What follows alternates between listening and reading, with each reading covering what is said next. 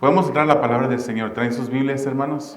Amén. Entramos a la palabra del Señor y abrimos nuestras Biblias en el libro de Marcos, capítulo 10. Marcos, capítulo 10.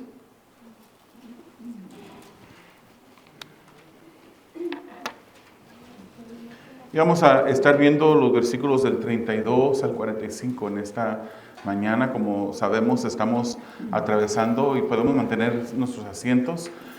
Estamos atravesando el libro de Marcos y la semana pasada pues estuvimos viendo la historia del joven rico. Y en esta mañana, conforme vayamos en el mensaje, vamos a ir leyendo el pasaje bíblico en porciones. Pero en esta mañana, hermanos, con la ayuda del Señor y en el poder del Espíritu Santo, quisiera presentar delante de ustedes, o que Dios sea el que hable a través de este mensaje titulado El camino del siervo, hijo del hombre. El camino del siervo, hijo del hombre. Vamos a estar viendo los versículos 32 al 45 y el bosquejo es más o menos de esta manera. Del versículo 32 al 34 vamos a ver un recordatorio más. Un recordatorio más. Los versículos 35 al 40 vamos a estar viendo un camino que era incorrecto, un camino incorrecto. Y los versículos 41 al 45 vamos a ver cuál es el camino correcto. Entonces, el título, El camino del siervo, hijo del hombre. Si pudiéramos regresar al pasado, si pudiéramos regresar el tiempo y viajar nosotros mismos al pasado, a través de alguna máquina que alguien se inventara o a través de que Dios nos concediera viajar al pasado, yo le pregunto a cada uno de ustedes en esta mañana, sin esperar una respuesta audible, ¿a qué momento usted regresaría? ¿A qué momento del pasado usted regresaría? Quizás algunas personas dijeran, yo regresaría a algún suceso familiar, un momento grato para la familia. Algunos de ustedes quizás dijeran, pues yo regresaría al momento cuando yo en el altar le dije que sí a mi cónyuge, y para volver a decir que sí, obviamente, no para decir que no. Algunos de ustedes posiblemente dijeran algún otro momento que le llenó de mucha felicidad. Mientras que a lo mejor algunos de ustedes dijeran, yo regresaría a un momento bíblico. Yo quisiera estar ahí en ese momento. Y algunos de ustedes dijeran, yo quisiera regresar hasta el principio de la historia bíblica. Y estaría ahí en el momento cuando Eva toma ese fruto. Yo le diría, no, Eva, no tomes ese fruto. No, Eva, no le convides, no le compartas ese fruto a tu esposo, no muerdas ese fruto. Quizás algunos dijeran y escogerían ese momento cuando Abraham, por consejo de su esposa, toma ese paso de tomar a la sierva, la esclava de la esposa, y usted quizás quisiera regresar a ese momento para decirle a Abraham, Abraham, no hagas eso, espera en Dios. Dios te ha hecho una promesa y lo que Dios promete, Él lo va a cumplir. Mientras que a lo mejor algunos de ustedes volverían al tiempo de David. En ese momento cuando él se levanta tarde, sale al balcón y empieza a ver a una mujer y la llama y termina toda esa historia enviando David en las mismas manos de su víctima esa carta asesina. Y quizás usted dijera, yo quisiera volver a ese momento para darle un consejo a David y decirle, no, David, no hagas tal cosa. No sabes lo que te va a pasar, no sabes cómo la espada nunca se apartará de tu familia. Muchos de nosotros quizás dijéramos, nosotros no hubiésemos hecho lo que hizo Eva y Adán. Y en alguna ocasión quizás usted ha pensado lo mismo. Si yo hubiera sido Adán, si yo hubiese sido Eva, yo no hubiese tomado esas decisiones que tomó Abraham, yo no hubiese hecho lo que David hizo. Pero le tengo una noticia en esta mañana. Noticia es algo nuevo, pero quizás no es tanto noticia que un recordatorio. Desde la caída del hombre, hermanos, El hombre por sí solo no ha evolucionado en su moralidad y en su ética. El hombre por sí solo no ha llegado a un momento que pueda decir, hemos llegado a la cúspide. Hemos podido lograr complacer a Dios. A través de toda la historia de la humanidad, no ha habido cambios en el hombre. Hace 1000 años, 2000, 3000, 4000 años, podemos encontrar las mismas cosas que encontramos el día de hoy. La misma palabra nos dice que todos nos hemos descarriado. No hay ni siquiera un solo hombre que haga el bien. No hay ni uno solo. Todos nos hemos descarriado. Y quiero también en esta mañana confesarles a cada uno de ustedes que el pasaje bíblico del día de hoy yo tuve la tentación de brincármelo. Porque yo dije, bueno, ya Marcos ya nos habló de esto. Ya Marcos, lo que vamos a leer, ya el Señor Jesús ya lo ha dicho antes. El tema que está Marcos tratando en este pasaje, ya lo ha tratado. Yo tuve la tentación de brincarme este pasaje porque decir, pues ya lo hemos visto, ya lo hemos leído, lo hemos estudiado. Esta es la tercera vez que se menciona el anuncio de Jesús y cómo Él anunció a sus discípulos que Él moriría. El tema del orgullo en esos capítulos del 8 al 10 es uno de esos temas que sobresale. Ya hemos traído mensaje de esto. 2 veces hemos abordado este anuncio de Jesús y yo pensé, una tercera vez. Pero rápidamente el Espíritu de Dios, sé que fue el Espíritu de Dios el que me trajo convicción y que me dijo, si yo inspiré a Marcos para escribir esto en la Escritura es porque es necesario que una vez más lo volvamos a estudiar. Y no solamente esta vez, en este día, en esta mañana, sino volverlo a hacer a través de toda nuestra vida. Nuestra naturaleza como seres humanos fue y sigue siendo una naturaleza de rebeldía, una naturaleza que se enfoca en el pecado, que quiere y va rumbo al pecado.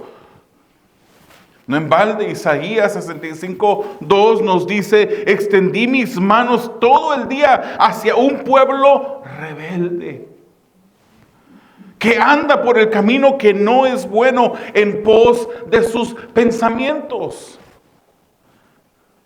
Imagínense Dios, el Dios creador del universo, extendiendo su mano todo el día, todo momento hacia el hombre que prefiere, en lugar de extender su mano para sostener la mano de su creador, prefiere vivir en rebeldía.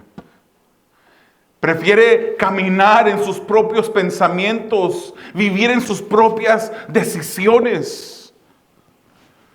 Y Salmo 107, versículo 11, nos dice, porque fueron rebeldes a las palabras de Dios y despreciaron el consejo del Altísimo. Muchas veces leemos pasajes bíblicos y los leemos, los captamos hasta cierto nivel, pero no nos enfocamos exactamente en la seriedad de las cosas que nos dice la palabra. Por ejemplo, en el libro de Romanos, cuando el apóstol Pablo examina y dice, ¿quién eres tú para determinar o reclamar lo que Dios determina hacer? Necesitamos ser recordados constantemente. Necesitamos examinar el camino por donde andamos. Y en esta mañana examinaremos un pasaje conocido, o un pasaje que se parece a otros que hemos visto en este libro de Marcos, hermanos. Es por eso que es necesario congregarnos. No simplemente por un paso de obediencia a Dios, que la palabra del Señor nos dice en el libro de Hebreos, que no dejemos de congregarnos como algunos tienen por costumbre. Es necesario que en la iglesia, que la iglesia sea santificada individualmente cada miembro, pero también como un conjunto, una congregación, una iglesia, venir a estudiar la palabra del Señor, a tener compañerismo con personas que tienen el mismo deseo de agradar a Dios, de buscar a Dios, de aprender de Él. No se puede vivir una vida cristiana sin la comunión con los santos. Y sobre todo, no se puede vivir sin mantener una comunión con Dios a través de las disciplinas espirituales día tras día. No podemos vivir de una manera que agrade a Dios sin estar en la palabra, sin estarla examinando, escudriñando, buscando ser llenos por esa palabra. El salmista decía, como el ciervo brama por las corrientes de las aguas, así clama, oh Dios, por ti el alma mía. Mi alma tiene sed.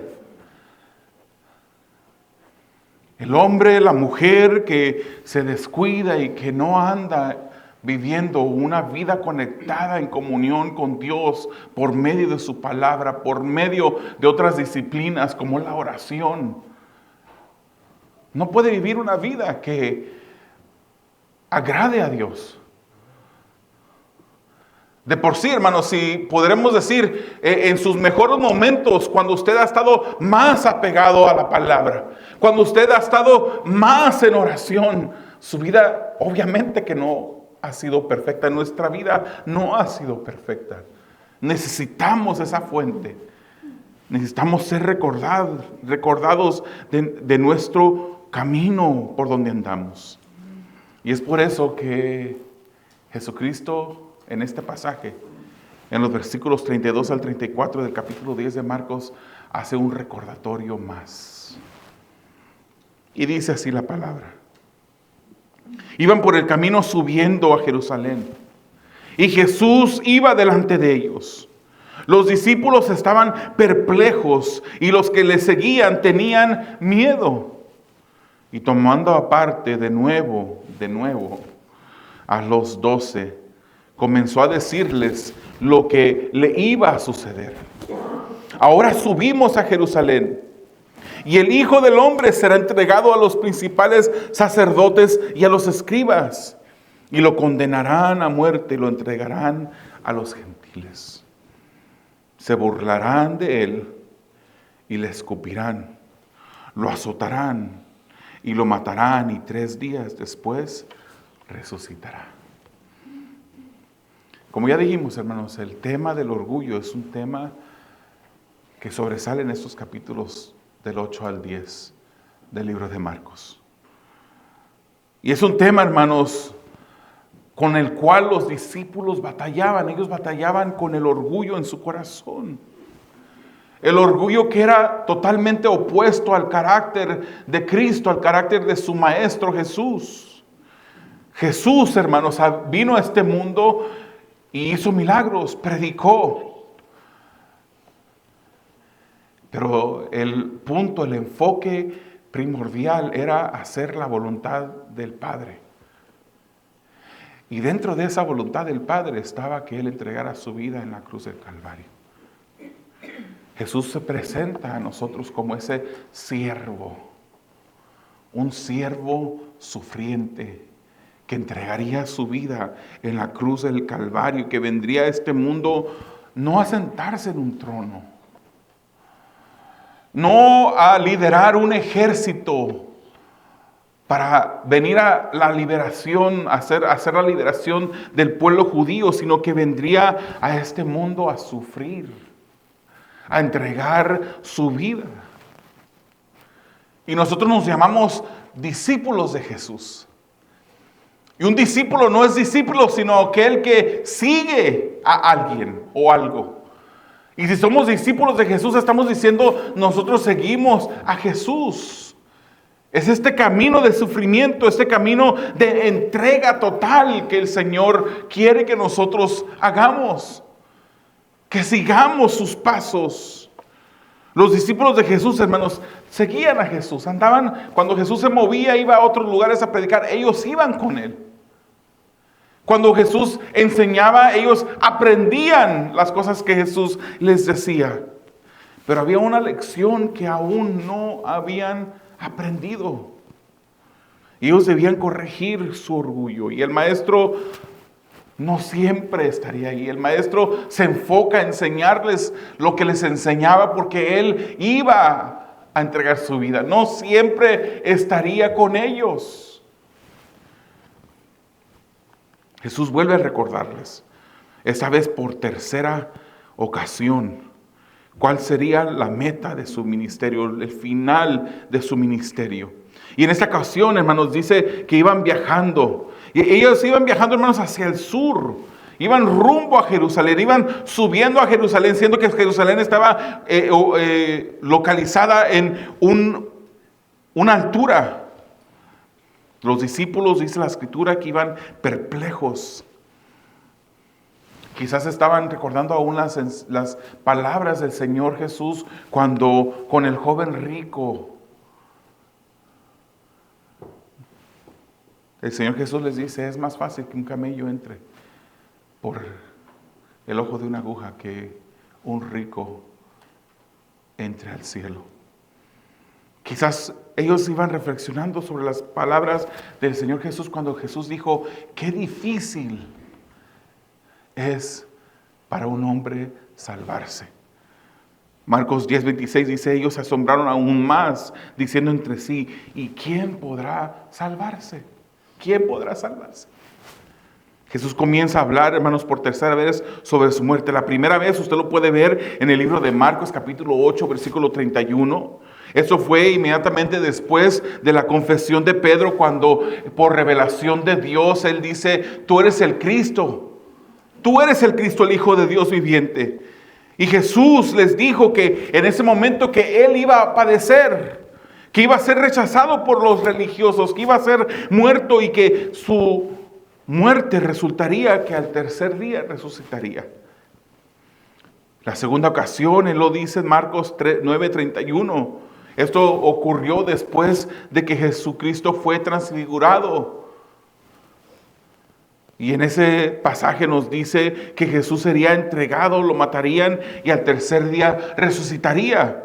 En Marcos capítulo 10, por tercera vez, ahora vemos que Jesús les dice que sería entregado a los religiosos, que lo condenarían a muerte, lo entregarían a los gentiles, se burlarán de él, lo escupirán, lo matarán y al tercer día iba a resucitar. Jesús les hace un recordatorio más, porque era necesario.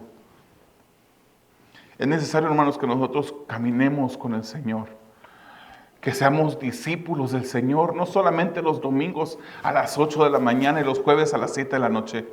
Es necesario que nosotros seamos discípulos de Jesús constantemente, día tras día. Necesitamos estar conectados con la fuente. Necesitamos estar escudriñando las Escrituras. Es necesario mantener nuestra vista puesta en Jesús para poder seguirle como Él quiere que le sigamos. Quitar los ojos de Jesús es una acción peligrosa que nos conduce por caminos equivocados.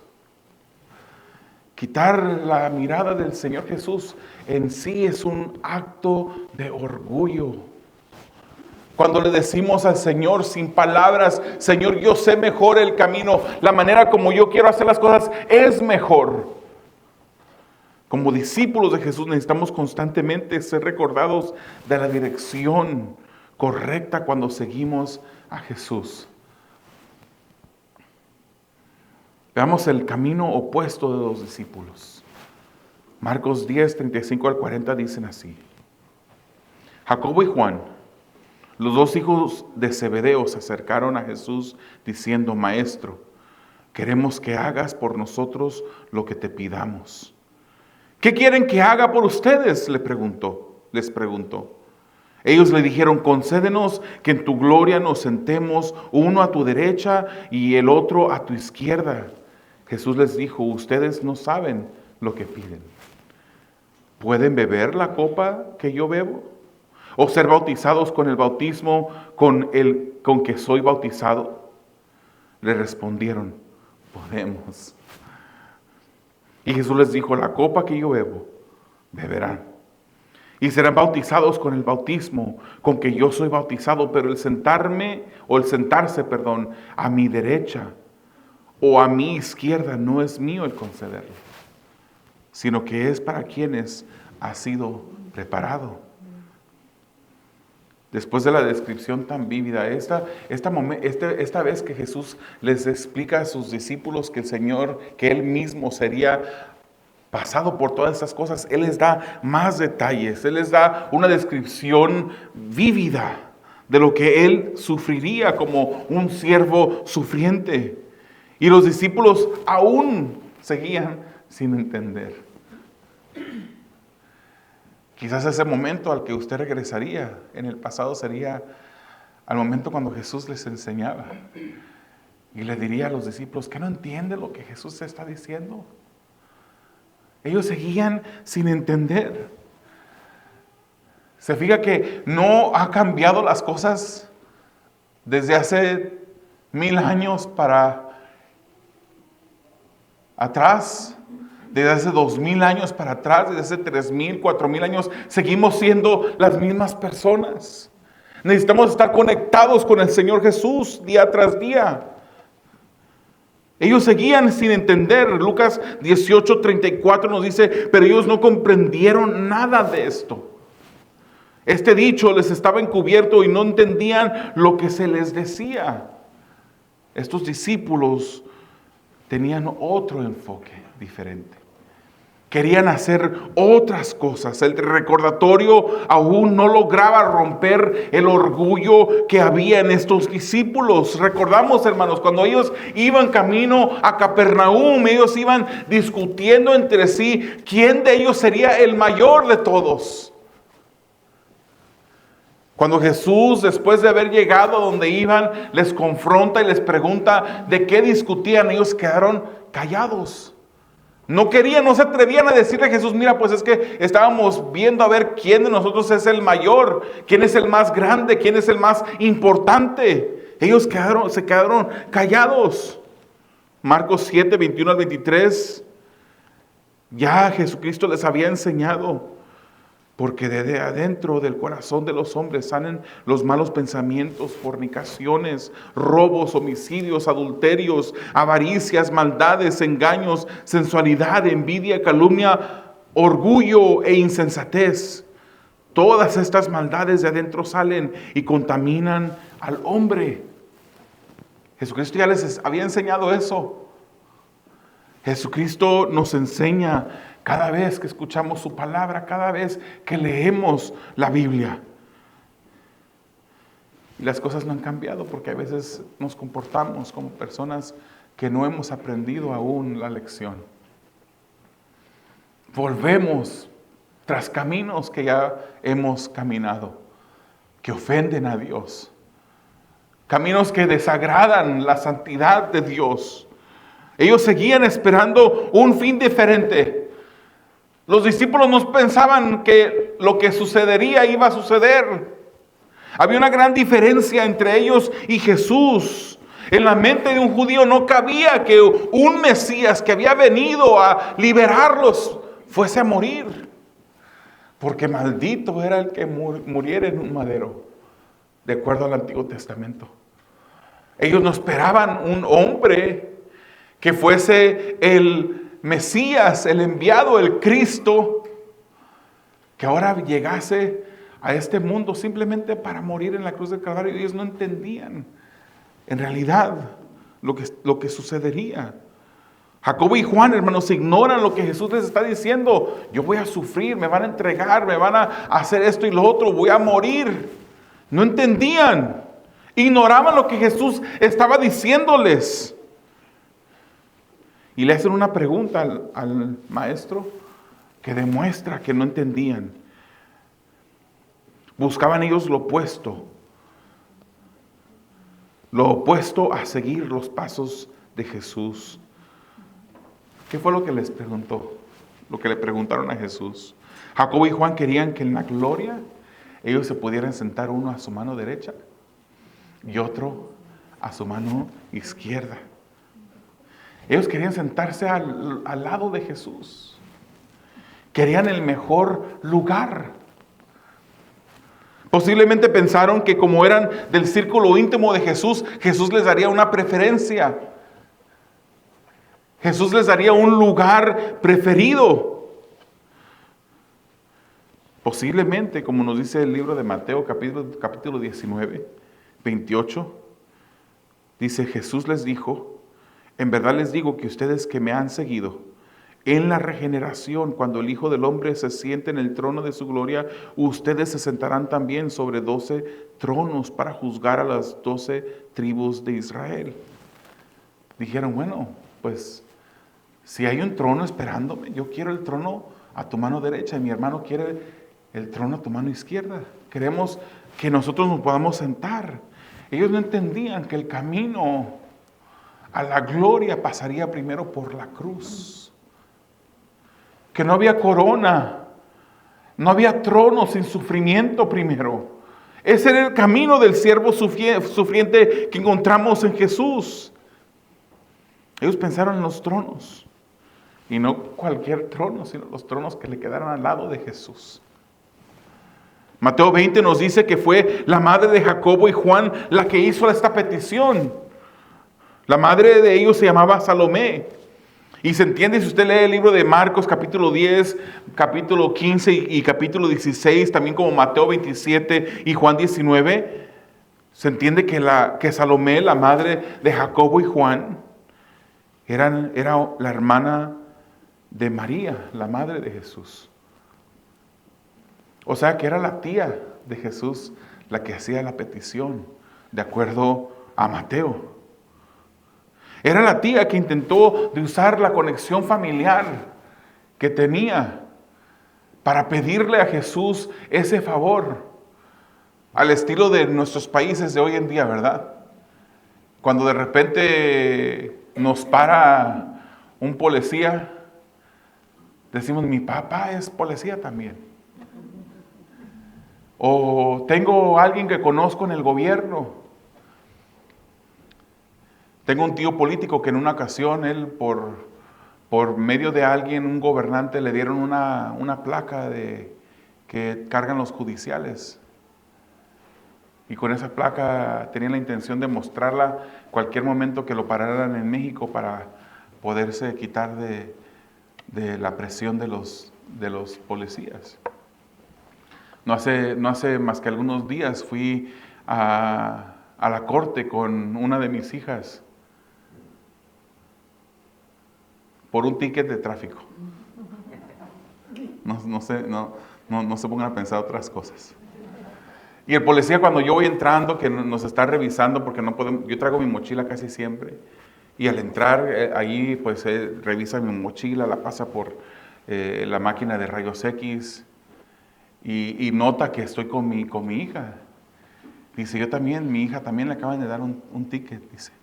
Y yo le digo a ella: ni se te ocurra que si te vuelven a parar, volver a decir que yo soy tu papá, que tienes un papá policía. Parece como que la hija tuvo esa intención de que pues le dieran salida libre el policía, porque era hija de otro policía. Esta madre de Jacobo y Juan toma ventaja de esa relación para ir con Jesús y pedirle a Jesús que sus hijos se sentaran, uno a su mano derecha, otro a su mano izquierda. Los discípulos no habían entendido el camino a la gloria. Deseaban una corona sin su cruz. Ellos deseaban una exaltación sin humillación. Ellos andaban buscando un atajo, una manera como llegar rápidamente al cielo. Y hay doctrinas del infierno, del mismo infierno, que el día de hoy, entre la semana, se enseñan en diferentes lugares que se llaman iglesias. Que tratan de enseñarle a personas atajos de cómo llegar al cielo. Obviamente, cosas que no están en las Escrituras. Que les enseñan cómo llegar al cielo sin sufrimiento. Cómo el Señor tiene el mejor plan para sus vidas. Un plan de mucha felicidad, un plan de prosperidad. Pero somos discípulos del Maestro. Somos discípulos de aquel que dio su vida, entregó su vida en la cruz del Calvario. ¿Por qué ha de ser diferente con nosotros? ¿Por qué nosotros hemos de esperar mejor tratamiento que lo que Jesucristo recibió?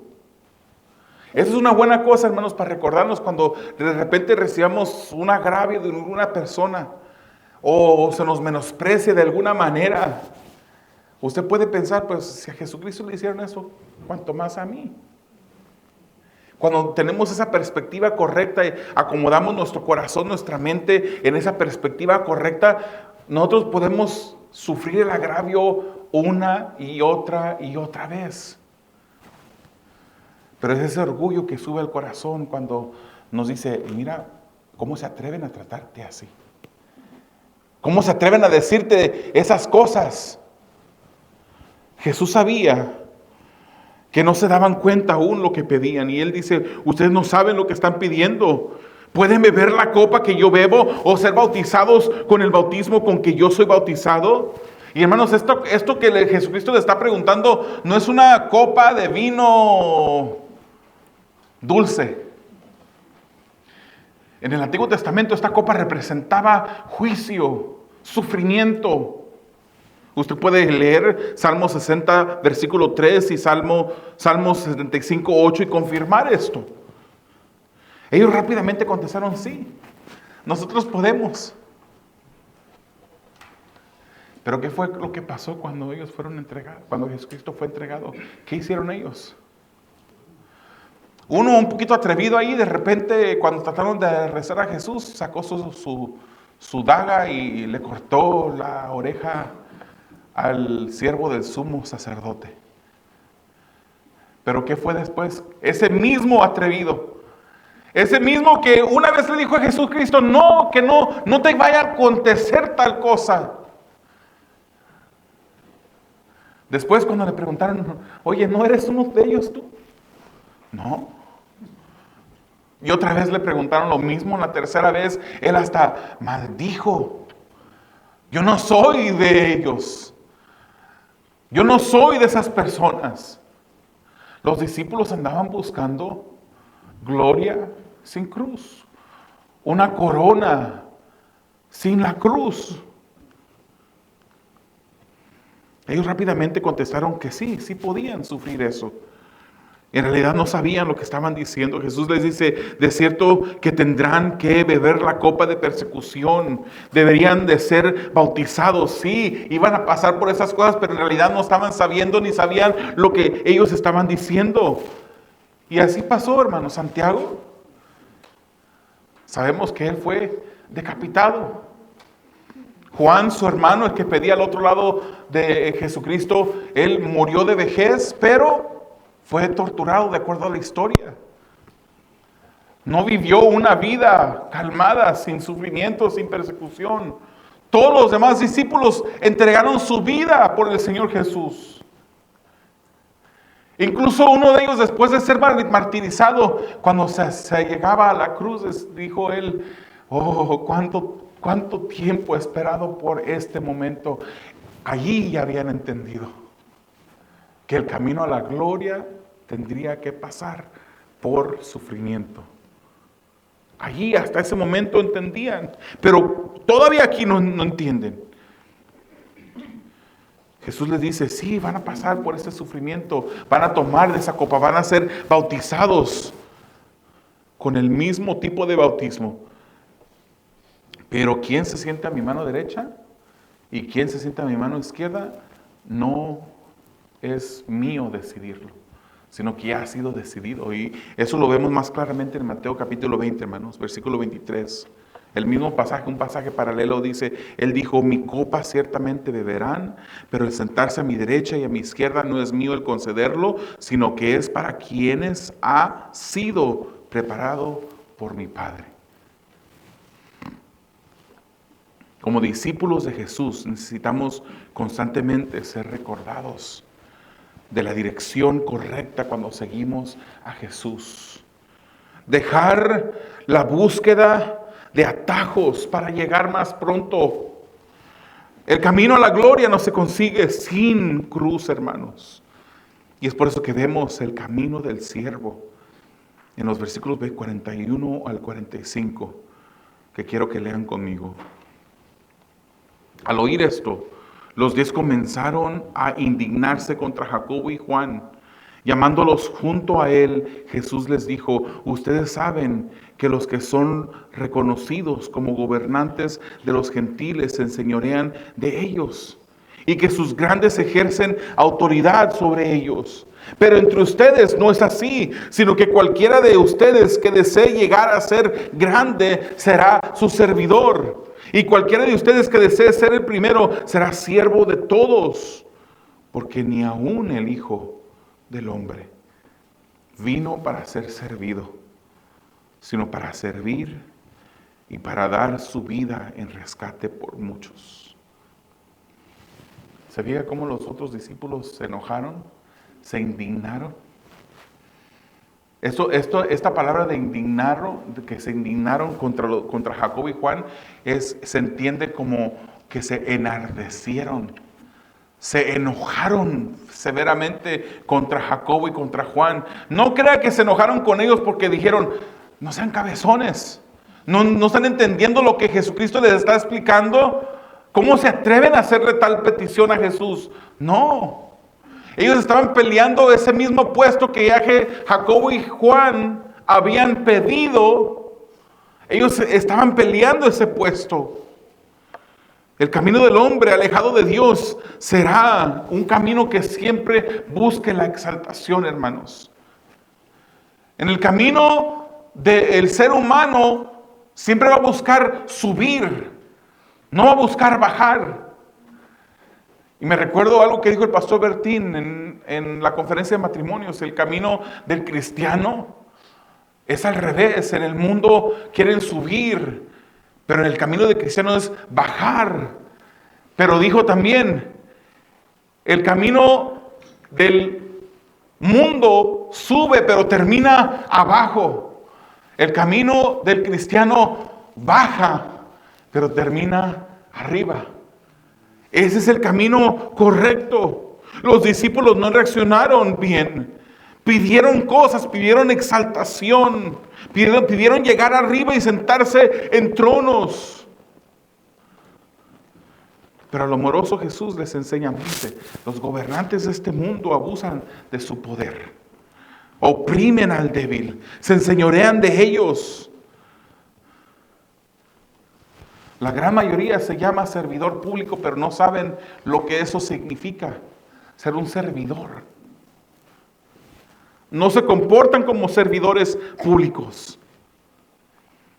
Pero en ustedes no será así. En ustedes no es así, les dice Jesús. Entre los discípulos de Jesús tiene que ser diferente. Aquí es al revés.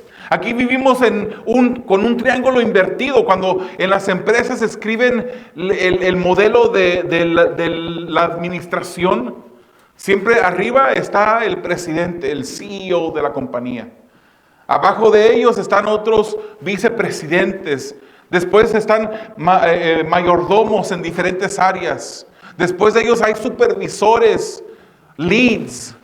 Y a mero abajo está aquellas personas que van comenzando en la compañía, que ganan lo menos, que tienen los beneficios más bajos. Pero en el modelo de Cristo, para el cristiano, Él quiere que ese triángulo sea invertido. Aquí el más grande es el que está más abajo.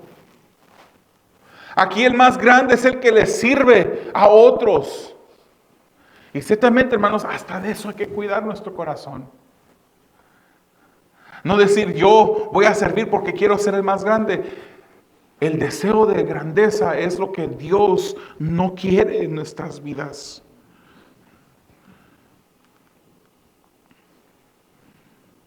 El más grande entre los hombres fue Jesús.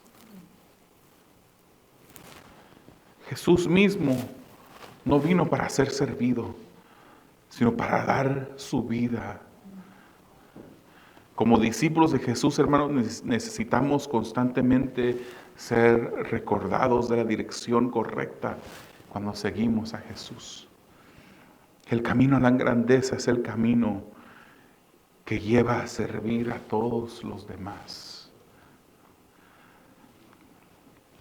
Jesús fue ese siervo sufriente que lo dio todo por muchos y su vida lo reflejó. Cuando en Juan capítulo 13 Él se ciñe la toalla, el Creador se hinca delante de la creación, no para adorarla, para servir, y lava los pies de sus discípulos. Su muerte reflejó el modelo de siervo sufriente cuando Él entregó su vida por usted y por mí. Cerremos nuestros ojos, inclinemos nuestro rostro. Como punto de aplicación ahí mientras que estás meditando con tus ojos cerrados, recuerda constantemente los sufrimientos de Jesús. Recuerda que el siervo no es mayor que su Señor. Mateo 10:24 lo dice, el discípulo no es más que su maestro, ni el siervo más que su Señor. Nuestro Señor Jesucristo sufrió por nosotros.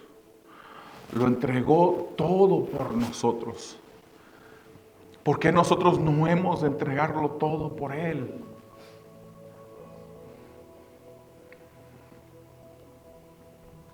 ¿Quieres ser discípulo de Jesús?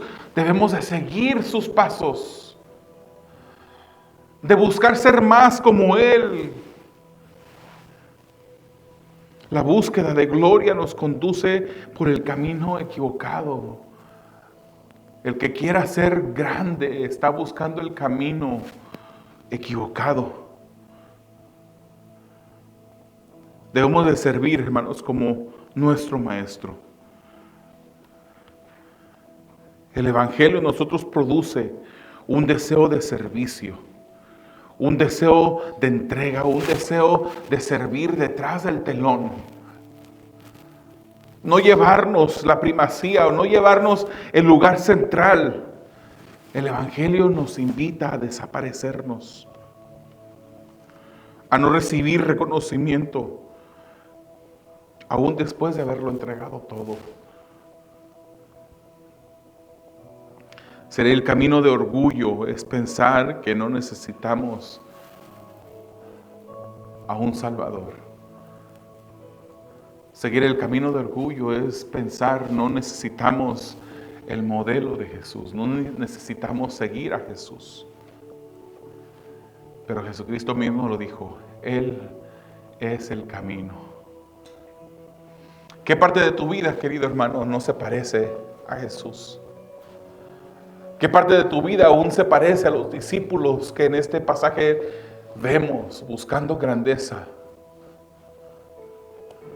¿Qué parte de tu vida aún necesitas entregarle a Él?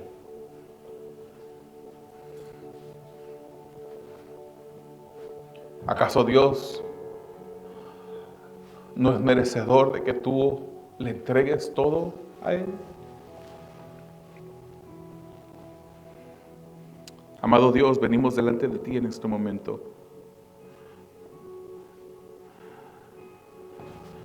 Agradeciéndote, Señor, por lo que tú haces en nuestras vidas, por el consejo de tu palabra que nos ayuda a corregir actitudes, corregir caminos, que nos ayuda, Señor, a volver al camino correcto, Padre. Que nos ayuda, Señor, a someter el corazón y nuestra mente a ti, Señor. Ayúdanos, Padre, a obedecerte. Ayúdanos, Señor, a serte fiel. Queremos serte fiel, Señor. Queremos parecernos cada día más. Queremos seguir creciendo, Señor. No en reconocimiento, Queremos seguir creciendo, Señor, no en posición. Queremos seguir creciendo, Señor, al imitarte a ti. Que en nuestras vidas, Señor, nosotros vayamos menguando, Padre, y que tú seas creciendo en nosotros. Ese es el camino que queremos transitar. El camino que te siga, Señor. El camino que corrija toda cosa, Señor, que no te agrada a ti, Padre. Te damos gracias, Padre, por el consejo de tu palabra, y te pedimos, Señor, que como iglesia seamos hacedores de tu palabra, Señor, que nos ayudes a poder, Padre, mantenernos enfocados, conectados a ti a través de esta semana, Señor. Para tu gloria y para tu honra lo pedimos en el nombre de Jesús. Amén.